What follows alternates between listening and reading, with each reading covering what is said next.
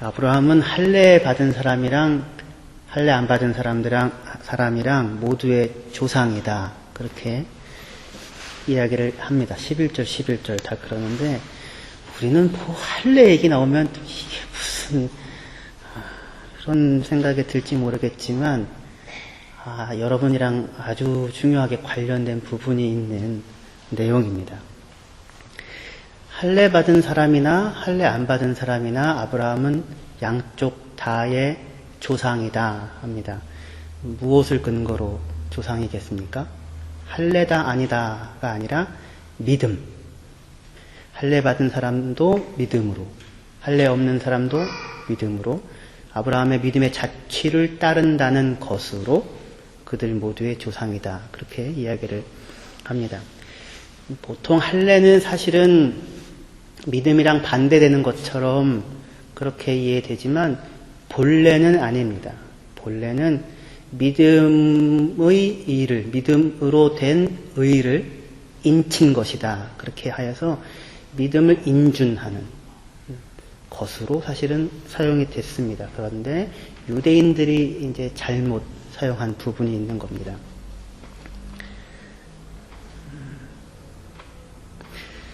사실은 우리 중에는 아무도 여기는 할례자는 없습니다. 여러분들은 할례자입니까? 아니죠. 우리는 다 무할례자이지요. 할례는 남자들이 하는 폭동수술 일이 아닙니다. 할례는 다만 성기의 포피를 잘라내는 것이 아니라 율법의 요구를 다 따르고 수용하겠다라는 그런 의미입니다. 그러니까 어디서 포경수술했다고 저는 할례자입니다. 이렇게 얘기하시면 그러면 안 됩니다. 할례를 행한다는 것은 율법의 요구를 다 따르겠다. 다시 말해서 유대인이 되겠다. 그런 얘기입니다. 그런데 그러면 절대로 안 된다 얘기하고 있습니까? 그렇지 않습니다.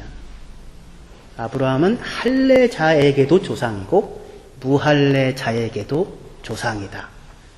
할례자라고 하는 사실이 특권이 되어 들어온 것 아니고 무할례자라고 하는 사실이 특권이 되어 들어온 것 아닌 것과 마찬가지로 할례를 받았다고 하는 것으로 배제되지 않고 무할례자라는 사실로 배제되지 않는다.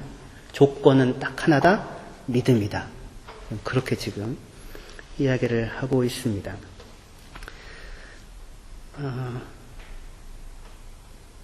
하지만 할례를 행하는 것 자체가 잘못된 것은 아니지만 믿음이 없는 할례는 잘못입니다.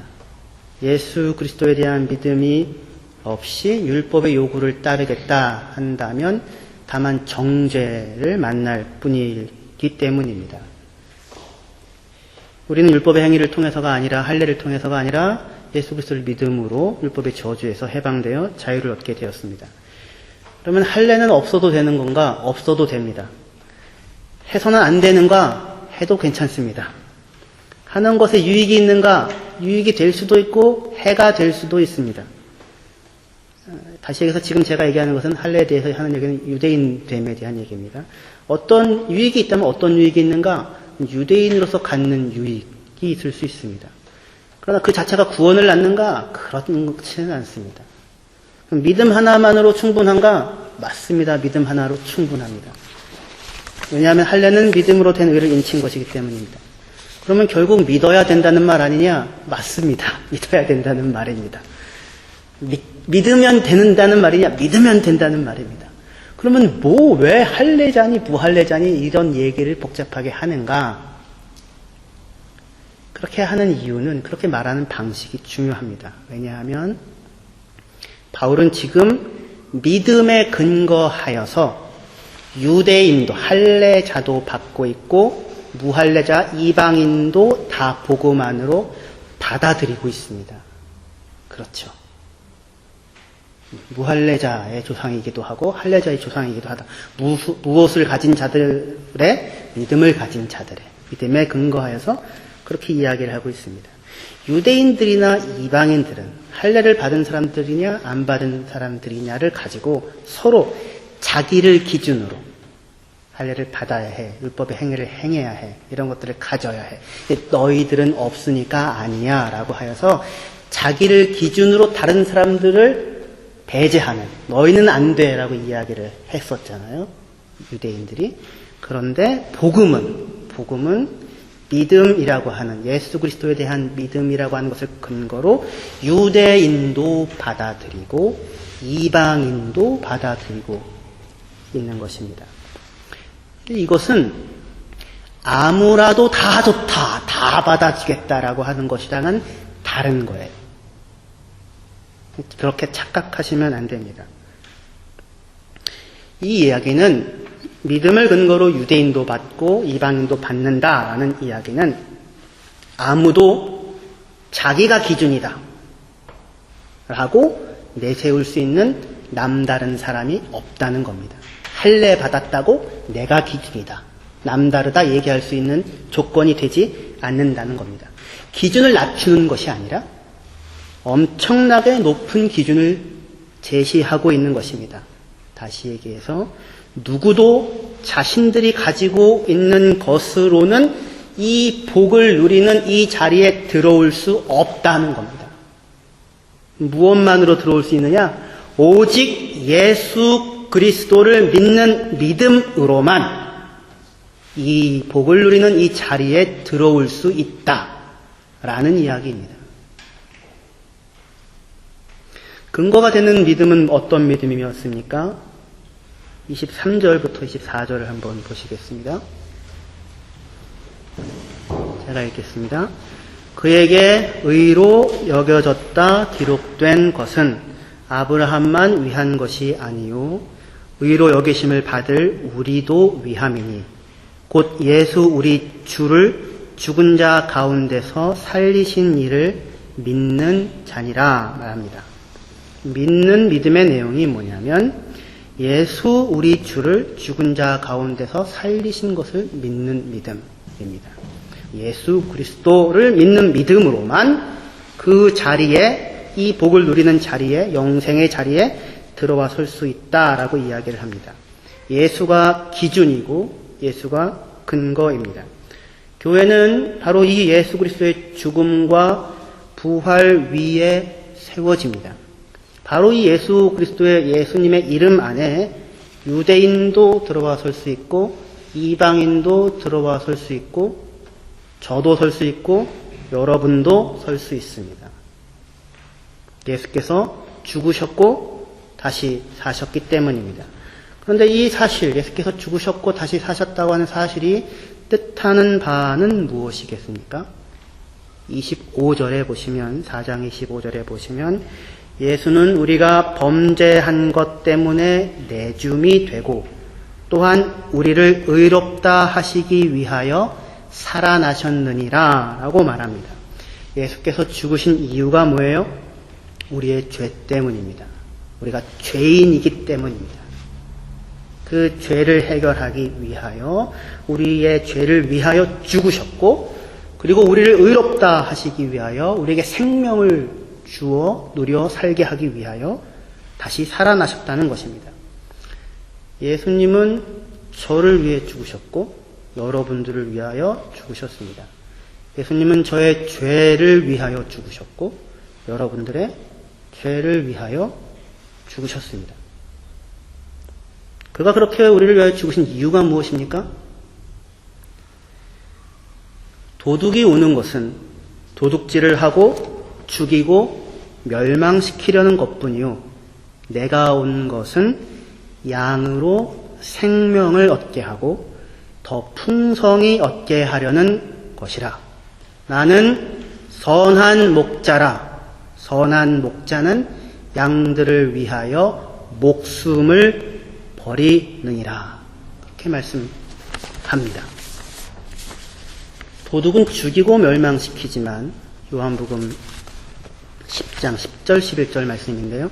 선한 목자 되신 예수님은 양으로, 저와 여러분들로 풍성한 생명, 의를 누려 살게 하기 위하여, 양들을 위하여 자기의 목숨을 버리셨습니다. 교회는 바로 이 예수 그리스도의 죽음과 부활 위에 섭니다. 예수가 선한 목자고, 예수가 양의 문이고, 예수가 기준이고, 예수가 근거입니다. 예수로 인하여 죽음에서 생명으로 옮겨졌고, 예수로 인하여 죄에게서 해방되어 의로 옮겨지게 되었습니다. 유대인도 이방인도 다 사실은 자기들을 기준으로 해서 서로를 배제하고 자기를 기준으로 제시하려고 했지만 결국 어느 누구도 자기 자신의 인생 하나 책임질 수 없는 존재라고 하는 사실이 다 확인되었습니다. 남다른 것으로만 자기를 다르게 만들 수 있을 뿐 어느 누구도 자기 존재 하나, 자기 인생 하나 책임질 수 없는 존재라는 사실이 로마서를 통해 확인되었습니다. 그런 자들이 서로를 위하여 목숨을 내어주는 일은 상상도 할 수 없는 것일 것입니다. 아니 오히려 자기 스스로가 스스로를 지킬 수 없기 때문에 자기를 지키기 위하여 다른 사람들을 밀어 떨어뜨리거나 죽이는 것이 사람들의 적나라한 현실일 것입니다. 그런데 누가 여러분들을 위하여 죽으셨습니까? 예수께서 우리를 위하여 풍성한 삶을 누리게 하기 위하여 죽으셨습니다. 그러니까 교회는 이 예수 그리스도의 이름이 높여지고 예수의 생명이 증거되어지는 곳이어야만 합니다. 그렇죠? 누가 여러분들을 위하여 죽으셨어요?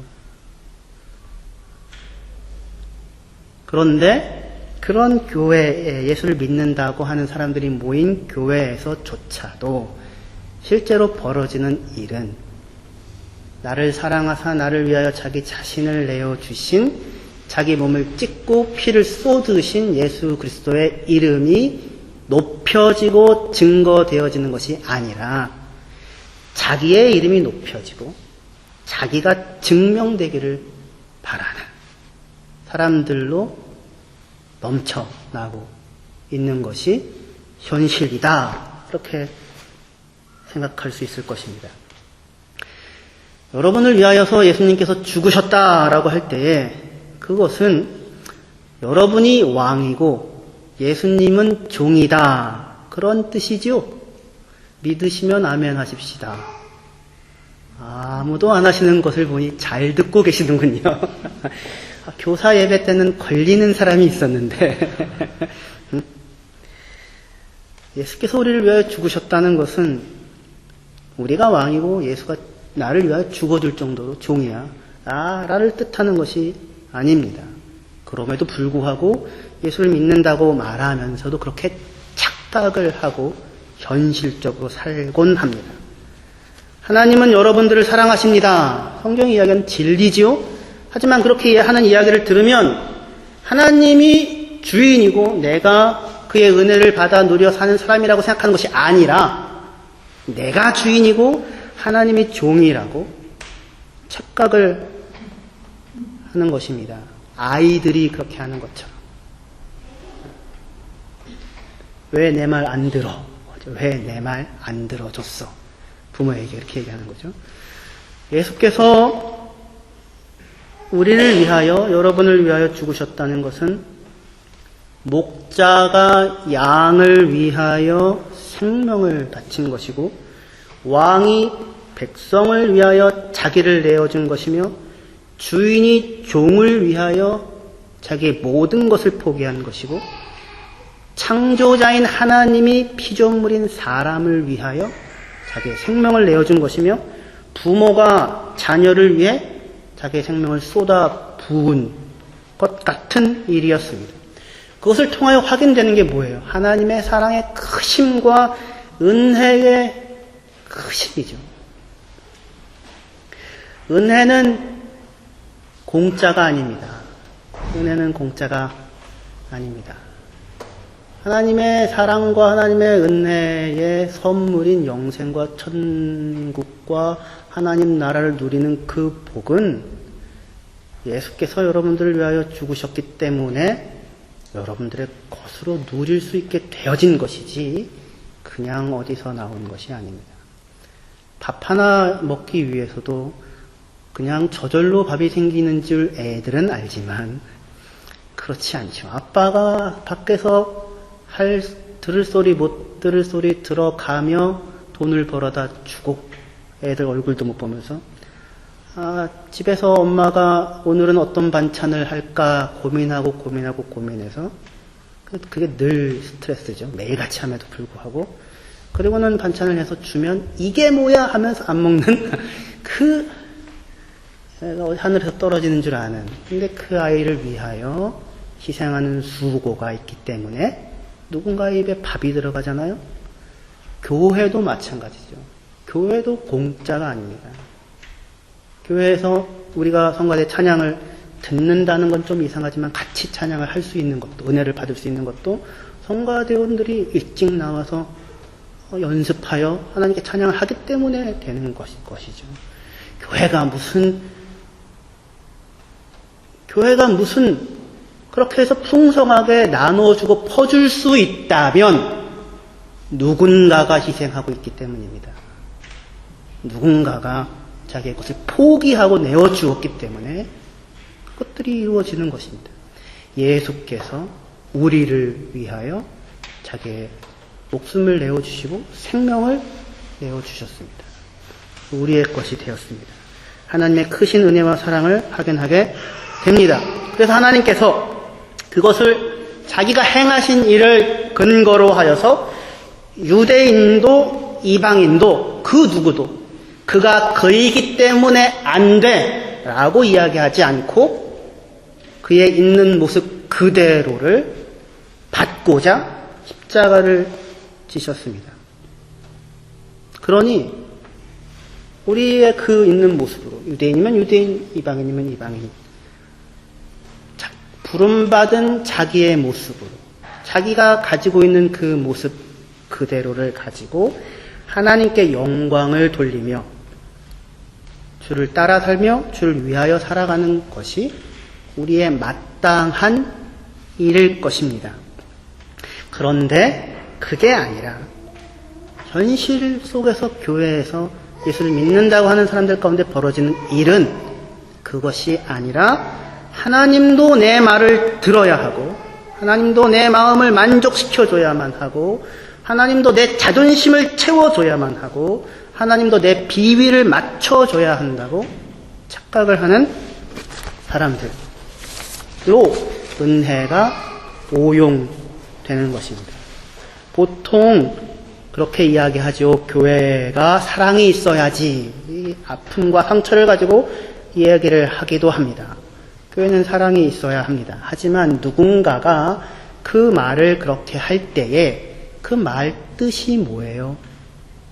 내가 정말 주님을 따라서 자기를 부인하고 십자가를 지고 교회를 섬기며 사랑하였음에도 불구하고 아직도 서로 미움과 시기가 있어서 너무너무 안타깝고 속상하여 기도하고 금식하며 그 마음으로 교회가 사랑이 있어야 하는데 하는 이야기입니까? 그런 법은 없죠. 그렇지 않고 내가 사랑이 있어야지 라고 할 때에는 사실은 딱 까놓고 말해서 내 마음에 들게 좀 해달라는 거죠. 나를 불편하게 속상하게 만들지 말라는 거죠. 알아서 알아달라는 거지요. 나를 무시하지 말아달라라는 거죠. 내 마음을 건드리지 말고 내 자존심을 건드리지 말아달라 하는 것 아니겠습니까? 교회는 사랑이 있는 곳입니다. 그것이 교회라면 반드시 사랑이 있습니다. 그러나 어떠한 사랑입니까? 나를 사랑하사 나를 위하여 자기 자신을 내어주신 예수 그리스도의 사랑입니다. 그 사랑이 있는 것입니다. 그 사랑을 입은 자들로서 그 이름의 영광을 위하여 사는 사람들, 그 사랑이 조금이라도 내 삶 가운데, 만남 가운데 드러나고 심겨지고 작동되기를 바라는 사람들, 그 사랑이 있는 곳입니다. 그래서 서로 먼저 존경하고, 서로 먼저 무릎 꿇고, 서로 먼저 용납하고, 서로 먼저 남의 유익을 생각하고, 서로 먼저 불쌍히 여기고, 서로 먼저 인내하고, 서로 먼저 믿고 기대하고 참아내는 사랑이 있는 곳입니다. 자기를 위하여 형제를 밟는 것이 아니라 형제를 위하여 자기를 내어주는 사랑이 있습니다. 이 사랑을 누가 해야 합니까? 누가 먼저 해야 합니까? 내가 먼저 해야 합니다. 내가 먼저. 방금 제 얘기를 들으면서 누구 떠오르는 사람이 있었다면, 목사님부터 하시죠. 이렇게 떠오르는 사람이 있었다면 그건 아닙니다. 내가 먼저. 내가 먼저가 아니라 다른 누군가의 얼굴이 떠오른다면 그것은 예수 그리스도께서 주인이 아니라 여러분들이 주인이라고 생각하기 때문입니다. 내 마음이 주인이라고. 다른 사람이 아니라 내가 해야 합니다. 할 수 있겠습니까? 어렵죠. 그 어려운 일을 다른 사람을 향해서 사랑이 없네 하며 자기는 할 수 없으면서 있는 것입니다. 여러분들이 먼저 해야 합니다. 그러나 아니요, 사실은 여러분들이 먼저 하는 것이 아닙니다. 내가 먼저 하는 것이 아니었습니다. 사랑은 하나님에게서 나옵니다. 사랑은 하나님께서 먼저 우리를 사랑하셨으며 하나님께서 먼저 우리를 위하여 자기 자신을 내어주셨기 때문에 우리 안에 비로소 있게 된 것입니다. 서로 생일을 챙기거나 시마다 때마다 만나서 식사를 하고 서로 토닥여주고 또 페북에서 좋아요도 눌러주는 것이 필요하지만 그것이 사랑은 아닙니다. 그것이 자기들끼리 서로가 서로 만족하고 토닥여주는 것을 사랑이라고 이야기하지 않습니다. 예수 그리스도의 것으로 부름을 받아 예수 그리스도를 왕으로 섬기며 그를 높이고 그를 경외하고 마음과 목숨과 뜻과 힘을 다하여 하나님을 사랑하는 자들의 사랑이 사랑이고 그 사랑이 충만한 곳이 교회이지 다른 것이 아닙니다. 동호회가 아닙니다. 예수 그리스도의 사랑이 기억되고 예수 그리스도의 주권이 인정되며 예수의 통치와 예수의 왕대심이 인정되고 고백되어지는 곳이 그것이 교회이고 그것이 그 사람들이 모인 그 사람들이야말로 아브라함의 믿음의 자취를 따르고 있는 믿음의 사람들입니다. 할례는 무엇이고 믿음은 무엇입니까? 할례라고 하는 것은 상징적으로 성기를 절단하는 것입니다. 다시 얘기해서 자기 안에 생명이 없다는 인정입니다. 자기 안에 생명이 나오지 않고 자기 안에서 죽음과 사망이 나올 뿐인 존재라는 것을 인정하는 것입니다. 다시 얘기하면 하나님을 힘입지 아니하면 나는 한순간도 살 수 없는 존재다. 그러한 존재인 내가 하나님의 은혜를 힘입어 그의 은혜로 오늘 내 삶을 살고 누리고 있다라고 하는 고백과 감사, 그것이 할례이고 그래서 그것이 믿음을 인친 것이 되는 것입니다. 할례는 본래 마음에 하는 것입니다. 로마서 2장 28절 9절에도 그렇게 말합니다. 할례는 마음에 할지니 영에 있고 율법 조문에 있지 아니한 것이라. 신명기 10장에 보면 그러므로 너희는 마음에 할례를 행하고 다시는 목을 곧게 하지 말라 합니다. 할례를 행하는 것이 무엇에 반대예요? 목을 곧게 하는 것입니다. 목을 곧게 한다는 것은 무엇입니까? 하나님 없이도 내 힘으로 살 수 있다라고 하는 것입니다. 하늘과 신명 10장 14절에 보면 하늘과 모든 하늘의 하늘과 땅과 그 위의 만물은 본래 내 하나님 여호와께 속한 것이로되 여호와께서 오직 내 조상들을 기뻐하시고 그들을 사랑하사 그들의 후손인 너희를 만민 중에 택하셨음이 오늘과 같으니라. 그러므로 너희는 마음에 할례를 행하고 다시는 목을 곧게 하지 말라. 22절에 애굽에 내려간 내 조상들이 겨우 70인이었으나 이제는 내 하나님 여호와께서 너를 하늘의 별과 같이 많게 하셨느니라. 그것이 마음의 할례를 행한다는 것입니다. 모든 것이 하나님께 속해 있습니다. 내 것이 아닙니다.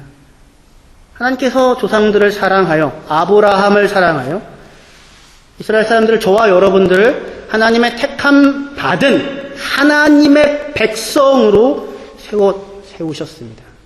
70명뿐이었는데 지금은 하늘의 별과 같이 많게 되었습니다. 무슨 말입니까? 하나님의 은혜로 살았다는 것입니다. 할례는 아브라함이 나이가 99살 때 요구받습니다. 사실은 굳이 할례를 안 행해도 상관이 없는, 생산력이 없을 수 있는 그 나이입니다. 그럼에도 불구하고 스스로 확인합니다.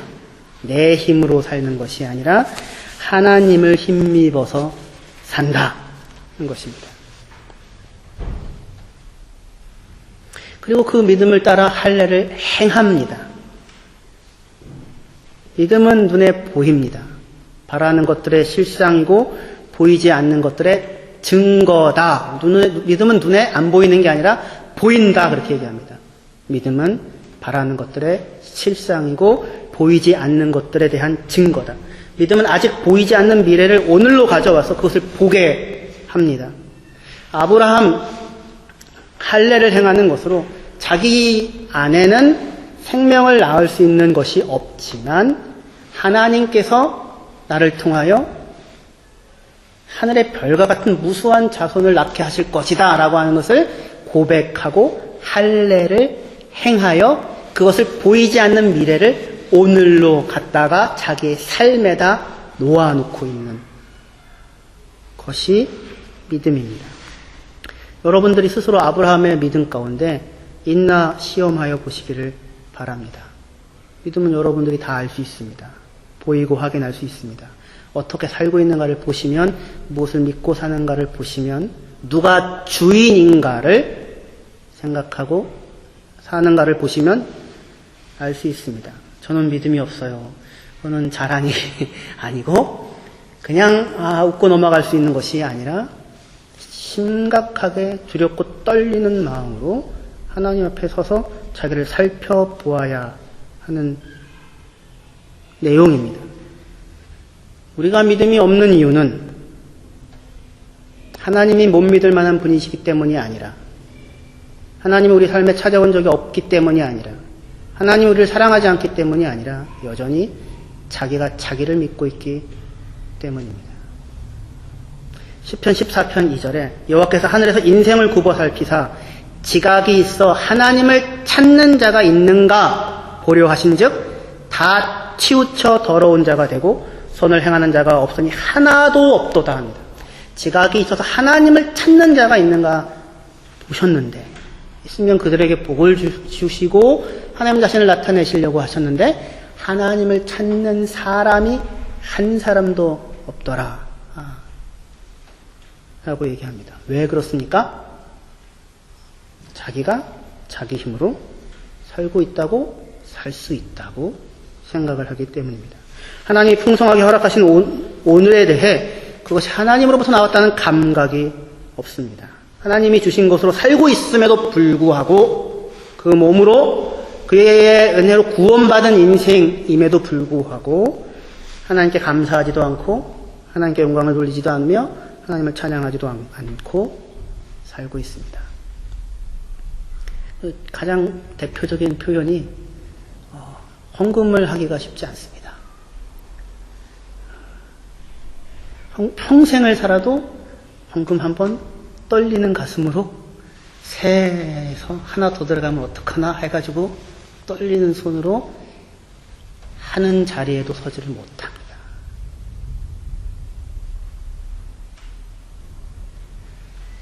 하나님이 없어도 살고 있다고. 하나님이 없어도 살 수 있다고. 그렇게 생각하고 살기 때문입니다. 하지만 우리들의 생명이나 사랑이나 소망이나 의나 진실이나 그 모든 것들은 하나님 예수 그리스도 안에 있는 여러분들의 하나님을 향한 믿음과 신뢰에서 나오며, 여러분들이 그 믿음을 가질 수 없다면 죽은 자를 살리며 없는 것을 있는 것 같이 부르시는 하나님에 대한 믿음, 나의 죄를 위하여 죽고 나를 의롭다 하시기 위하여 살아나신 예수 그리스도에 대한 믿음이 없다면, 교회를 다닌다고 할지라도 다만 교회 생활을 하고 있는 것일 뿐 영생과 천국과 하나님의 나라와는 아무런 상관이 없는 삶을 살다가 영원히 죽을 수밖에 없는 것입니다.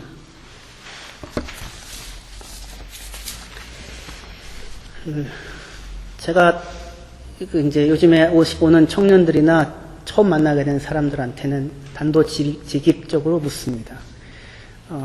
교회를 다니는 교인이야? 아니면은 그리스도인이야? 이렇게 묻습니다. 제가 민구 형제한테도 물었는데, 교회 다니는 사람이야? 아니면 예수 믿는 사람이야? 그랬더니, 예수 믿는 사람입니다. 이게, 얼마나 기뻤는지 모릅니다.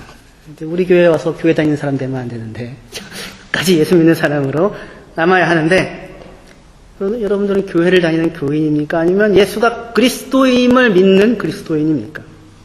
아브라함의 믿음의 발자취를 따르는 사람입니까? 아닙니까? 아브라함의 믿음의 발자취를 따르는 자가 하나님의 복을 누립니다. 그 믿음의 발자취를 따른다고 하는 것은 무엇입니까? 예수를 믿고 사는 삶은 죽은 자 가운데서 예수를 살려내신 하나님을 믿는 것이라고 분명히 이야기를 합니다. 그 믿음은 어디서 증거되고 보여지겠습니까? 자기를 부인하고 자기 십자가를 지고 예수를 쫓는 데서 증거되고 보여지지 않겠습니까? 아브라함이 이삭을 바치는 것으로 그 믿음을 증거하고 보였던 것과 마찬가지입니다. 아니, 120살 때의 아브라함의 믿음을 들먹을 필요도 없습니다. 아브라함은 너희 본토 친척 아비집을 떠나 내가 너에게 보여줄 땅으로 가라 라는 말씀을 들었을 때 어떻게 해요? 그 명령을 듣고 순종하여 따로 나섭니다. 예수를 믿는다고 하는 것은, 아브라함의 믿음의 발자취를 따른다고 하는 것은 예수님을 그저 우리의 마음 가운데, 우리의 마음의 한 구석에 모셔드리는 것이 아닙니다.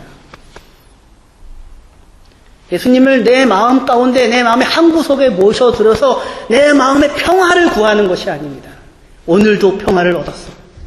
죽을 때까지 아무 일 없이 그저 자식들 잘못되지 아니하고 그냥 저는 이렇게 그냥 평강을 누리며 살기만 하면 돼요라고 여러분들의 마음의 한 구석에 예수를 모셔드리는 것이 아니라, 너는 너의 본토 친척 아비집을 떠나 내가 너에게 지시할 땅으로 가라. 여러분들의 인생의 주인으로 예수 그리스도를 받아들이는 것입니다. 모든 예수를 믿는 사람들은 예수 그리스도의 것으로 부름을 받은 사람들입니다. 로마서 1장 처음부터 그렇게 시작합니다. 예수를 믿는다는 것은 예수께서 우리의 주인이며 우리의 인생의 왕이라고 하는 사실을 고백하는 것입니다. 예수께서 우리 삶을, 내 삶을 다스리고 지배하는 주인임을 인정한다는 것입니다. 복음은 사람들의 삶에 평화를 주는 것이 아닙니다. 제가 행복해지기 위해서 예수 믿지 말라고 제가 그랬잖아요. 사람들의 삶에 평화를 주는 것이 아니라 오히려 복음에 마주친 사람들은 다 가장 절대절명인 위기 앞에 서게 되는 것입니다. 나를 따라오너라. 내가 너를 사람을 낚는 어부가 되게 하리라. 그러자 베드로가 그물과 아버지와 배를 버려두고 예수를 쫓았더라. 너는 본토 친척 아비집을 떠나 내가 너에게 지시할 땅으로 가라. 그 명령 앞에 사람을 세우는 것입니다. 내가 오늘날 너에게 생명과 죽음과 사망과 복과 화를 두었으니 너희는 선택하라. 앞에 우리를 세우는 것입니다. 여러분들의 삶을 위기로 몰아넣습니다. 삶을 전복시키는 삶과 죽음의 위기로, 삶과 죽음의 기로로 사람들을 몰아넣습니다. 떠나라고 명령합니다. 내가 너에게 보여줄 땅으로 가라. 아브라함은 죽을 때까지 결국 막벨락을 하나 얻고 땅에서 이방인과 우고하는 자로 인생을 삽니다. 누가 다스리는 인생이요? 하나님이 다스리시는 인생을 삽니다. 어떻게 해야 영생을 얻겠습니까? 다 팔고 버리고 나를 쫓으라. 삭개오가 예수님을 만나고 어떻게 해요? 마음의 평안을 얻었도다, 기쁘고 즐겁도다. 그분은 말았어요? 그게 아니라 재산의 반을 팔아 나누어 주고 토색한 것이 있으면 4배나 갚겠나이다. 뭐가 남았을까요? 예수 믿고 망한. 그러나 영생을 얻은 삶으로 우리를 부르십니다. 마음에 하나님을 모셔드리고 사는 안락한 삶으로 우리를 부르지 않습니다. 그것이 우리의 죽을 때까지의 문제입니다. 예수님을 마음의 한 구석에 모셔드리고 내 마음을 위로해 주세요. 그렇게 내버려 두시지 않을 것입니다. 아이가 학교에 갔는데 숙제를 안 해가지고 갔습니다. 기도를 합니다. 하나님 아버지 마음에 평강을 주시옵소서. 주여 약한 제 파도가 많으나 나의 마음은 늘 평안하도다. 주여 믿음 없음을 용서하여 주시옵시고 내게 평강을 주시옵소서. 말이 안 되는 거죠. 어떻게 해야 돼요? 숙제를 해가야죠. 숙제를 해가야죠. 예수 그리스도를 도전을 받아들이고 믿고 따라 나가야죠. 그의 것으로 부름받은 사람 인생임을 알아. 나를 위하여 죽으시고 그리고 나를 천국 하나님 나라를 누리기 위하여 살아나신 그분께서 너희는 나의 것이다, 나의 제자다, 나를 따라오너라, 내가 너에게 보여줄 땅으로 가라 라고 하는 그 말씀에 순종하여 내 인생의 주인으로 받아들이는 사람들, 그 사람이 아브라함의 믿음의 자취를 따르는 사람이고 그들에게 영생과 하나님 나라가 누려지는 것입니다. 그렇지 않고 있는 사람들은 조심하십시오. 조심하십시오로 끝나면 그러니까 아브라함은 자기 삶을 뒤집어 엎는 하나님의 부름 앞에 순종하여서 떠나서 평생을 땅 한 평 없는 나그네와 외국인으로 사는 삶을 받아들입니다. 하지만 그 삶의 여정 속에서 무수히 하나님을 만나 체험하고 겪고 하나님을 알게 됩니다. 그래야 마침내 하나님은 죽은 자를 살리며 없는 것을 있는 것처럼 부르시는 하나님을 알고 믿고 그 믿음으로 자기의 삶을 살아 땅에 있는 모든 족속이 그 사람 안에서 복을 누리는 자로 세워지게 됩니다. 할렐루야. 이 복이 저와 여러분들에게도 누려지는 은혜가 있기를 주님의 이름으로 축원합니다. 기도하시겠습니다.